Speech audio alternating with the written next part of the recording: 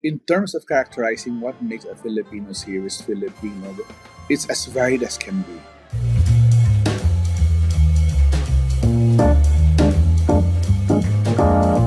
Welcome to Content Asia On Air. I'm Janine Stein. My guest today is Filipino director Onat Diaz, the man behind some of the Philippines' most watched drama series, including Wildflower and Dirty Linen.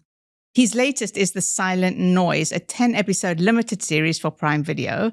It's produced by ABS-CBN Studios, and it centers on a deaf 10-year-old boy who may hold the key to a murder and whose parents choose silence over justice. 2 weeks ago, The Silent Noise won Best Asian Content at the Global OTT Awards in Busan. It's the first time the Philippines has ever won in that category, and it competed against entries from Thailand, Taiwan, Japan, and China. Onat Diaz, welcome to Content Asia On Air. Hello, Jenny, and hi, everyone. Thank you for inviting me. I'll dive right into your career. Okay, so you spent 10 years as a TV commercial director before working on celebrity show, which we all know, The Buzz.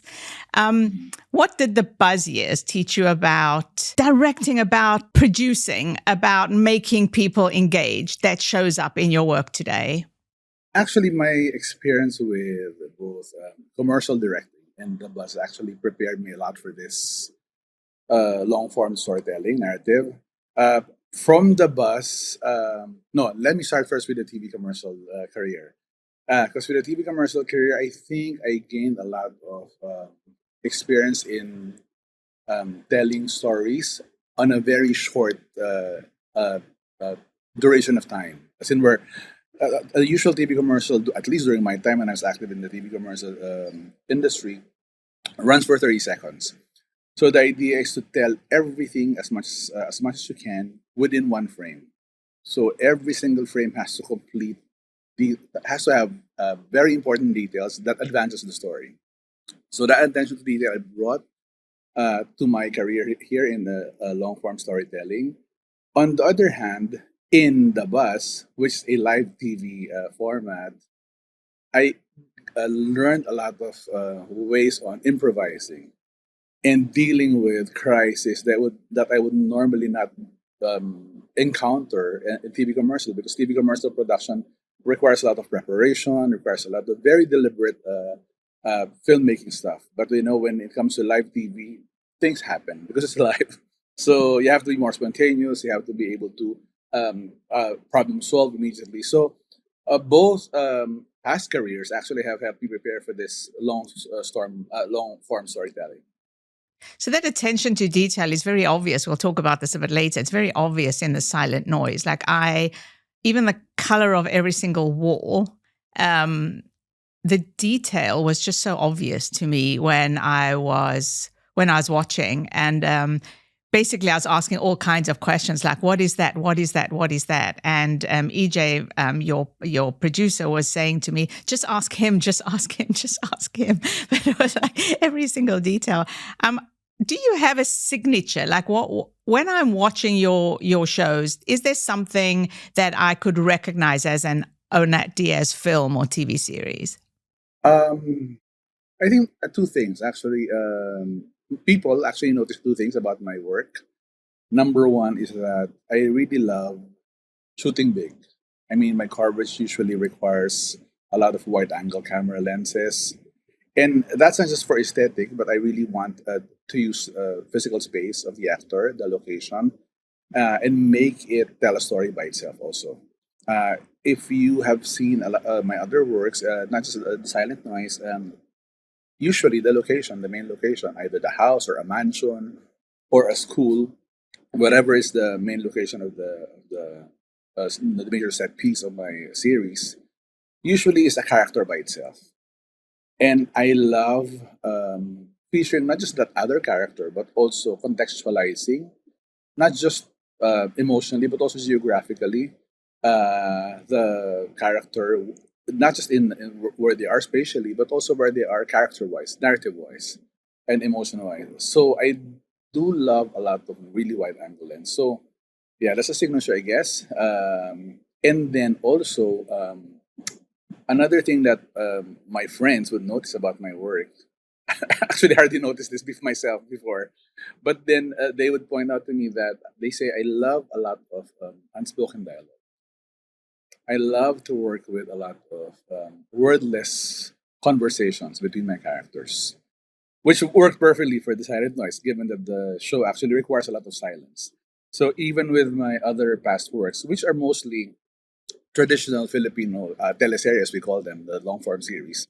Teleseries by nature, Filipino teleseries by nature are kind of wordy and kind of verbose. Okay, but even within that format, I try to inject a lot of silence and a lot of unspoken dialogues and a lot of wordless conversation, which I was able to fully enjoy with the silent noise because conceptually it actually calls for such silence. Does that require more from an actor working with you?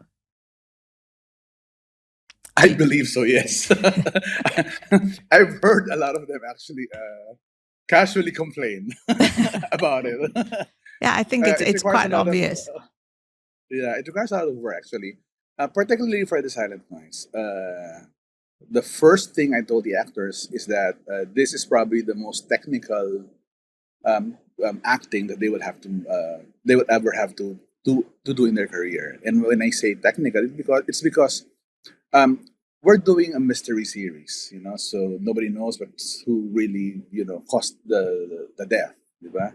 So it's a the story actually hinges a lot on that mystery being kept a secret for most part of the series until we're ready to reveal it much later. So I told the actors that you have to know the truth about their character. So we have to tell the story, and you have to perform it and portray your characters according to the truth of your character. But at the same time, you have to tell a certain truth that the audience feels is something else. You know what I'm saying? So it's actually concealing what the story really is all about, and then of course, I don't want to be untrue to the characters' actual arc. So I tell them, and I always check after they've done a take, which actually satisfies my requirement for that particular story narrative. This is the story's point, and then I would go back to them, and we watch the material. And do you feel like the character was actually true to what the real story is? And then they would say, yeah. And it's quite difficult because you're telling something else. You're telling an entire different story and actually feeling something else. And both emotions and both stories have to somehow resonate to the audience because I don't want the audience to feel like after they've gone through the series and then when they review back the first takes that we've been cheated. That the first part actually was a false performance by the actors. So yeah, in that sense, it's kind of difficult for my actors, particularly for Silent Night. But even before that, I remember in one of my earlier series, The Dirty Linen, um, the press people in the Philippines have actually noticed and actually they've coined the term for it, and they've called it a mata-mata acting, which means acting with your eyes. Because a lot of the scenes there involves multiple actors delivering lines that somehow that tells a story, but at the same time, performance-wise, you see them acting the real emotions and the real intentions of the characters. So you have a contrapuntal, in terms of dialogue, in terms of a narrative arc, but actually you're seeing a glimpse of what the characters are actually feeling towards each other and the hidden secrets that they hold within themselves. I think that's really obvious in the silent noise. You did that series almost back to back with the Alibi, which is Kim Powell. So that's like really high celebrity value. Um, did one feed into the other creatively? Because they're quite Oh yeah, different. yeah, they're very very different actually. Uh, as in they're polar opposites. I'd Well, say. correct. But you literally did them back to back. Yes. And actually, more than well, aside from the fact that I did it back to back, the Silent Night is actually my fifth murder mystery series in a row. So, because from Dirty Linen, from Dirty Linen, I did Senior High, and then High Street, and then the Alibi, and then Silent Noise. which are all really, heavy-handed murder mysteries. So it was quite difficult to actually, working on the silent noise. The minute I got the project, I was very deliberate and very determined to make sure that I don't repeat myself. Okay, and that it's an entirely different experience and it's an entirely different storytelling. Now, what's nice about it is the four other series I've done before this are your traditional. When I say traditional, because we're airing the first series, we're airing on our terrestrial television, aside from streaming. Okay, and in the Philippines, the terrestrial television actually requires a little more overt, okay, messaging, overt storytelling, even performance-wise. Okay, so I'd say the Alibi and all the other series before the Silent Noise actually goes for the more spectacle, goes for more overt storytelling, and really, more spectacular and more loud storytelling. And it's something that I actually enjoy doing, but at the same time, I've always wanted to go silent, and to go on a little more subtle, go on the subtle route. And having done the Alibi and the Silent Noise back to back, actually fed into those two needs. Okay, my need to tell, because I actually love spectacle. In fact, I'm known in the industry for creating really big materials, and I love doing that. But somehow I also clamor for doing something more nuanced, and having done it back to back, actually allowed me the opportunity to go all out on the Alibi and then do all the self control on the silent noise. It's really changing gears in a really meaningful way. Um, you mentioned the big streaming. The Silent Noise was on, I think I mentioned this already, Prime Video. It was always meant to be a streaming series from the beginning. It wasn't like a terrestrial that got picked up by Prime Video or but got picked up by a streamer.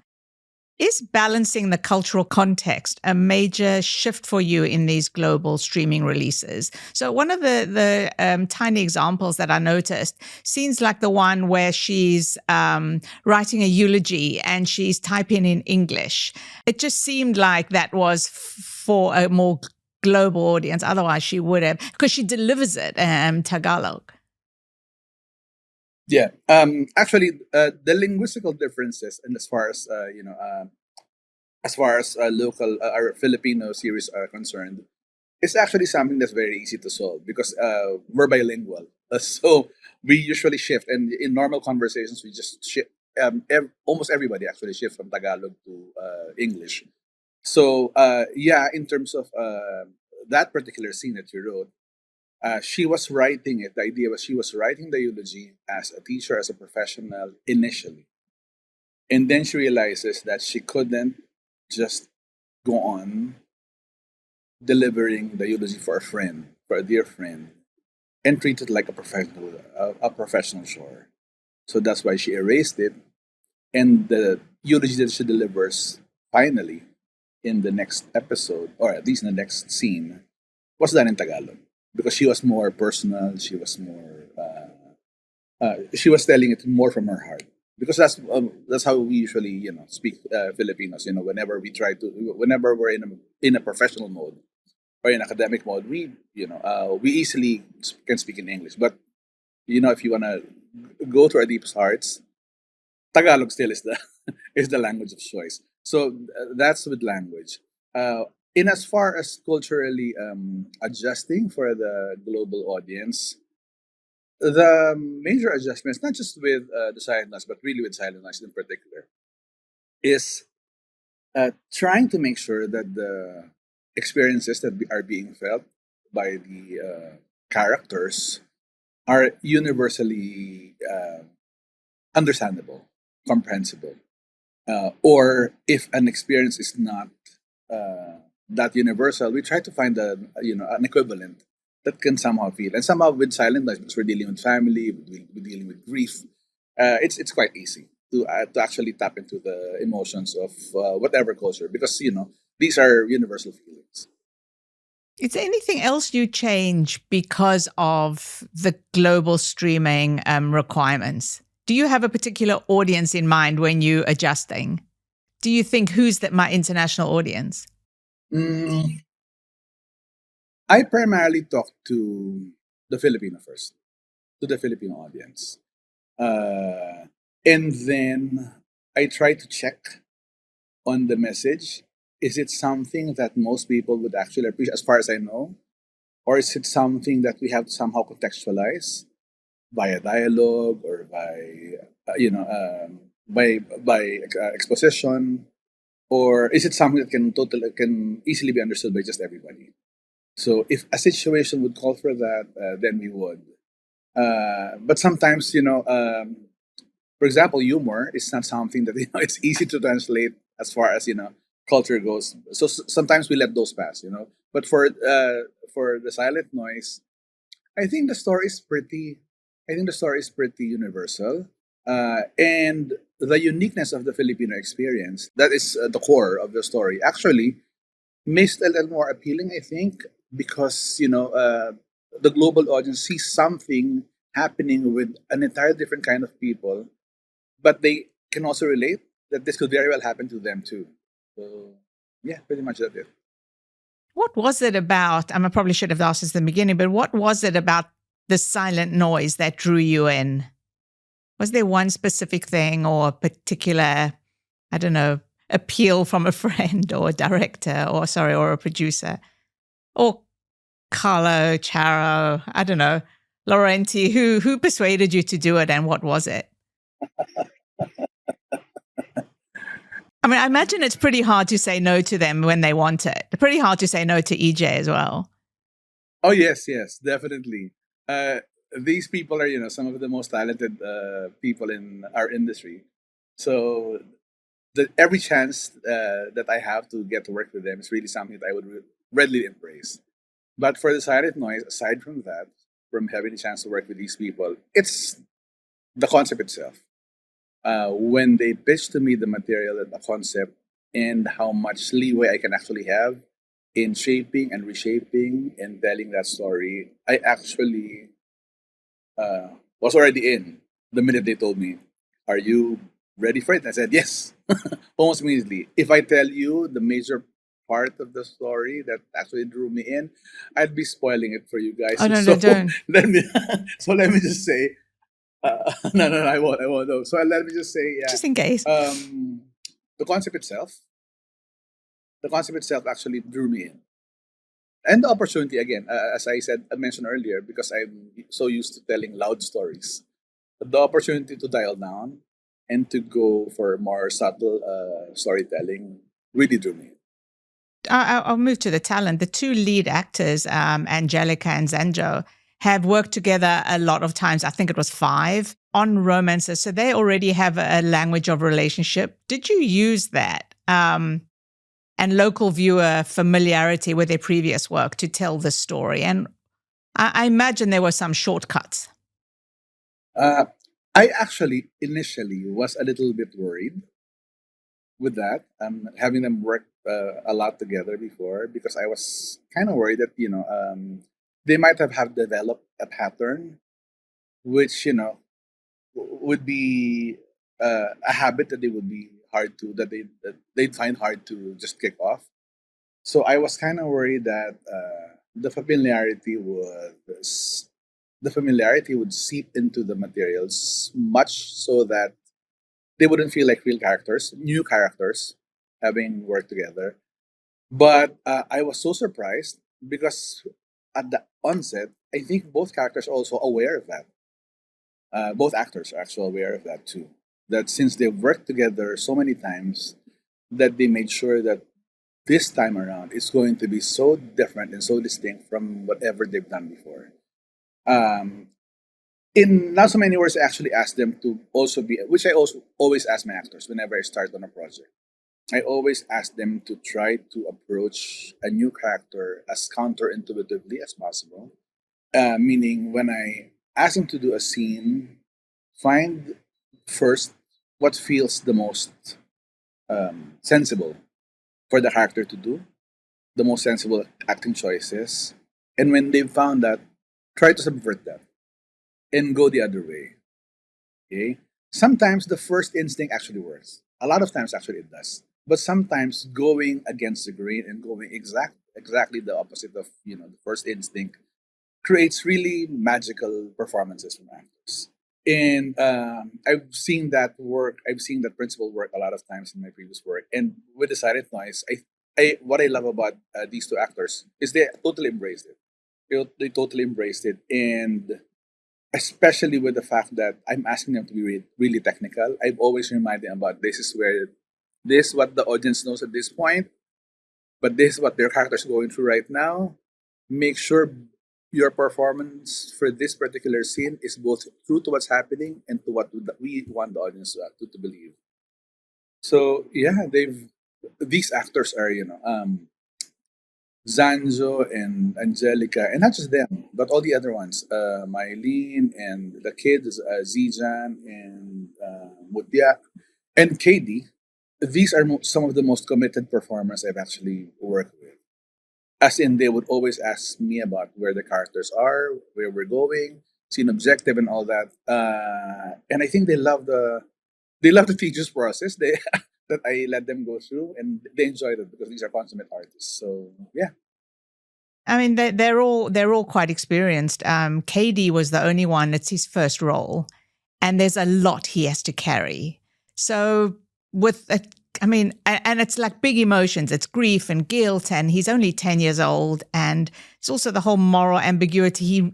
And he's deaf, so you can see what skill and what maturity he has to bring to the role.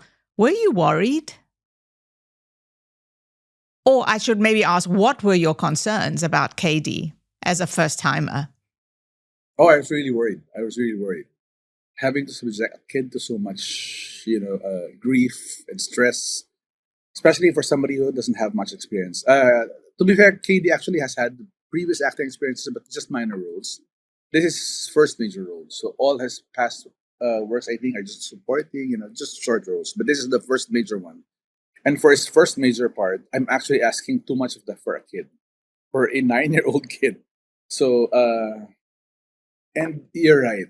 The implications of the moral ambiguity of what happened in the story is something that I had to totally explain to the kid.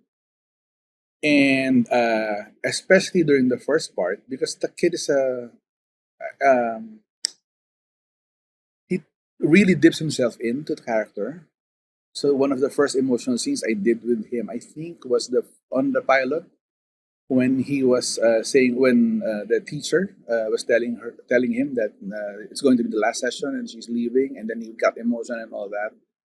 Um, when we did that scene, the boy was really crying. As in, he totally felt it even after the take. So I knew that the kid really takes it to heart. So after that take, I told him, I set him aside and told him, KD, just remember, I expect you to get deep into your characters whenever you're doing a take. But after I say cut, make sure you shrug off your character. Are you capable of that? And the kid, yes, yes, Derek, yes, Derek, I can manage that. Because I don't want I don't want to ruin, not just the kid. For most actors, actually, whenever Angelica, for most of the series, actually for the entire 30 days of our shooting, she was crying, she was emotional and all that. And every time she would do a scene, even after I say cut, she would be heaving and all that because she's harnessing all the bad experiences and all the bad emotions that she's had. So I'm really asking all these actors, to conjure up all the bad memories that they've really wanted to let go already. So it's quite cruel to ask people to do that. So I'm very aware of that. Every time after I say cut, I ask the actors let go. I try to, in as much as I help them get into the character, but after I say cut, I always make sure that I also help them get out of it because I don't want to ruin them. I don't want to ruin the person. KD's like I think you said 9. The character's 10. Did you have a support structure? What kind of support structure do you have around him so that he's emotionally safe? Like, did you have his mom there, his dad there, his, I don't know, whatever you have, psychologist? I'm inexperienced in the ways of kids on set. Yeah. The mom is always there. The mom is always there, and I have a dedicated acting coach for KD, who also acted as not just an acting coach, but as a confidant of KD. So whenever KD has difficulty, because of course as a director, you have to deal with so many things, so I can't really just focus on him. So we have an acting coach. Her name is Kitsi, and she was really in charge of KD, looking after KD's welfare as an actor, as a kid. And she would always relate to me whatever KD's having difficulty with a particular scene, or after doing a scene, KD actually found had a hard time getting to that scene direct because of this particular situation, this particular condition. So she would relay that to me, and then we would adjust. Aside from that, what's nice about KD is after the initial talk, after that first day, the next few scenes, actually the next few days that I've been, that I shot with him, and he would had to do all the emotional scenes, he can immediately, switch off. The kid learned immediately how to switch off. So as much as how, as how, no matter how grave the scene we've done, after I do a cut, he switches off and he would get around. And I think one thing to note about this cast is most of the cast members are ex child actors. Angelica was a child actress before. Zijan, the older brother, was, and Mutia also was. So these actors actually know what the kid is experiencing. So they've been very, they were very supportive of it throughout the process. Did he have to learn to sign? Sorry, I probably should know this. Did he have to learn to sign as a deaf child? Yes, everybody did actually. The entire cast actually had sessions with the FSL, the Filipino Sign Language experts. So we had a group of them that were working on the cast even before we started shooting, especially on Angelica and on Zanjo and on Katie. Did you learn to And sign? then all the others actually followed after that. What about you? No, unfortunately, no. I was too I was too busy dealing with all the other production staff to actually have to to learn the language. But yeah, all the actors are very fluent in FSL now, particularly Angelica and Katie. And in fact, in one of our, I think it was our cinema screening, they actually delivered a welcome remark on using a Filipino sign language to the audience. I think it came across as really authentic, and it didn't came across as a third language, but it was so integrated that I didn't feel like I was being left out of anything as a viewer. I want to talk about the silence as a central theme, not only in Eli, Katie being deaf, but also in like suppressed truth between all the characters. What helped you apart from Anton and the eyes? What helped you to translate that silence on screen?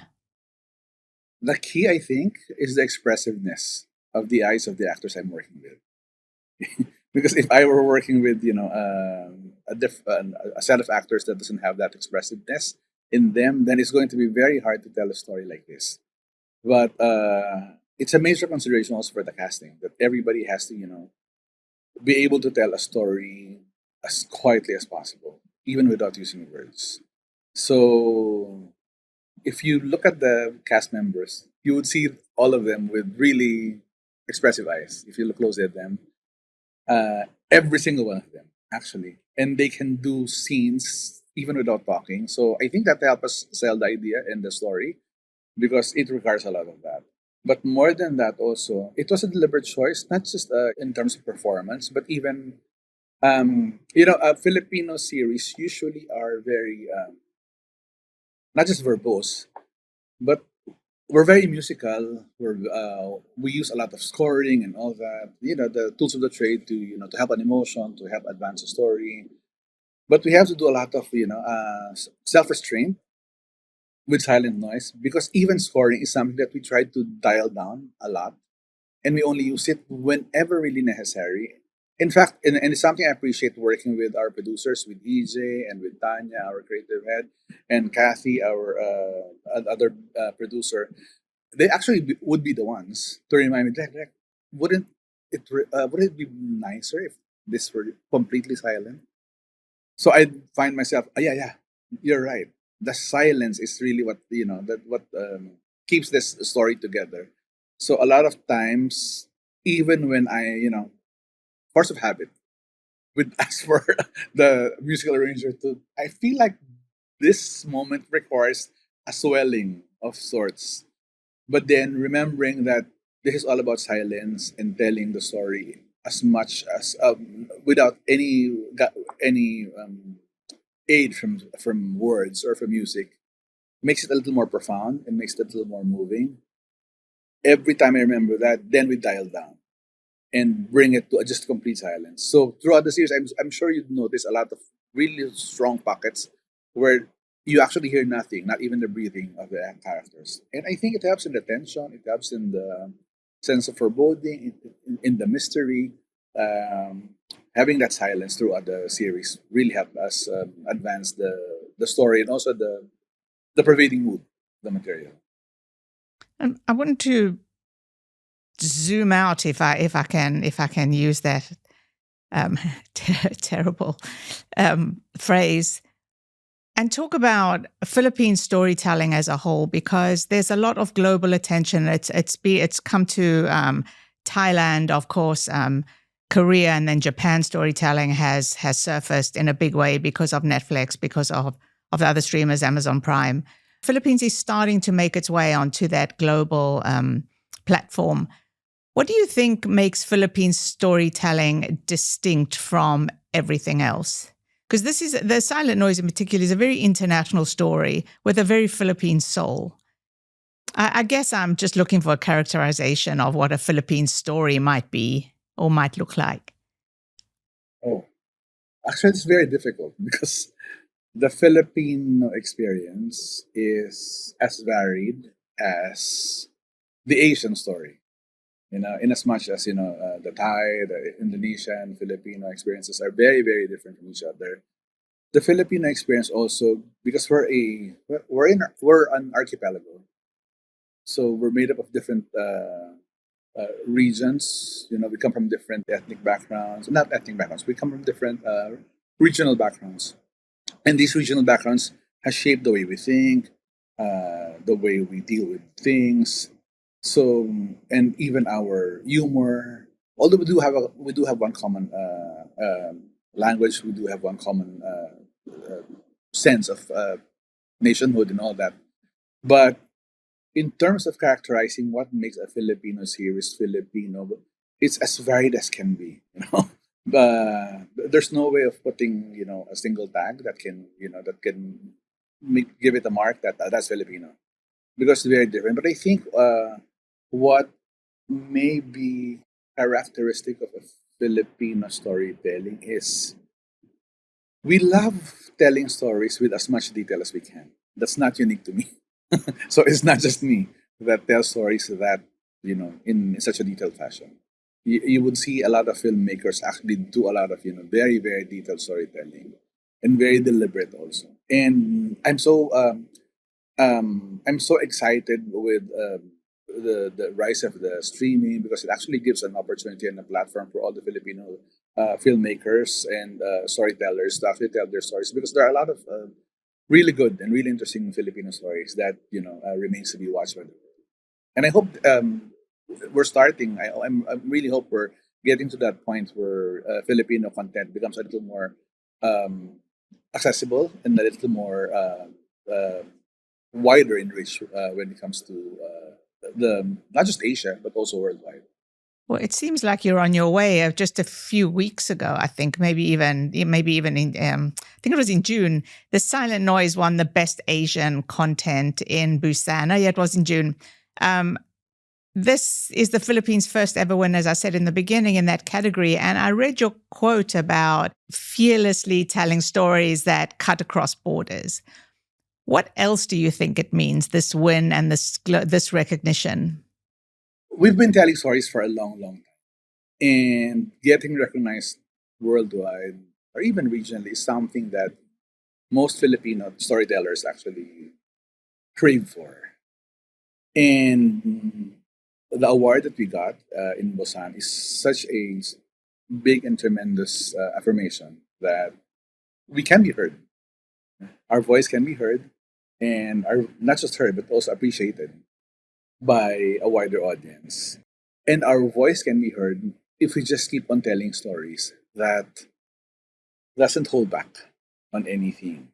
When I say fearless, there are stories that are difficult to tell to a global audience um, for a lot of reasons. But if you just tell it the way you feel it should be told and put all your passion into it, then other cultures, not the original um, audience market it was written for, can actually get it and get it even sometimes even more than the audience that it's originally intended for. Because actually, what's nice about the Silent Noise is we're getting a lot of raves from outside the country more than, than the Philippines actually, or probably the same. Yeah, but it's this is the first time actually getting more as much encouraging words from outside the country as I do from within the Philippines. And yeah, I think when we started working on the Silent Noise, we were kind of afraid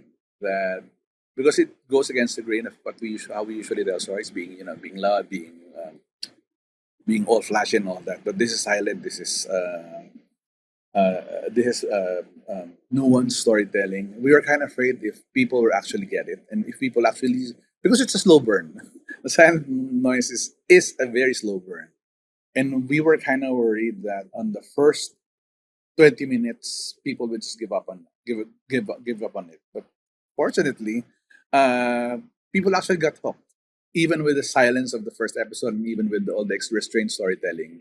People actually got hooked to finish all 10 episodes, and I would get tagged on Twitter, on Facebook, and all social media about how they got engrossed with the material. So yeah, that's very encouraging. Onat Diaz, I thank you so much for joining me. That is a great way to end. If I can just make one more comment, I think and I'm not spoiling it for everybody, I think it's her going off the cliff is just like that moment where you just, okay, I have to see what happened next. And I think you managed to move me certainly through each episode so that there was something else. I learned something else. I saw. Thank you very, very much for joining me. I'll remind you, Onat Diaz, director of The Silent Noise, streaming now on Prime Video. All 10 episodes are available in the Philippines and in more than 240 countries and territories worldwide. If you enjoyed this conversation, please subscribe to Content Asia on air wherever you get your podcasts. And more on the Asian content industry, visit contentasia.tv. Once again, I am Janine Stein, and thank you, Onat Diaz, for joining me.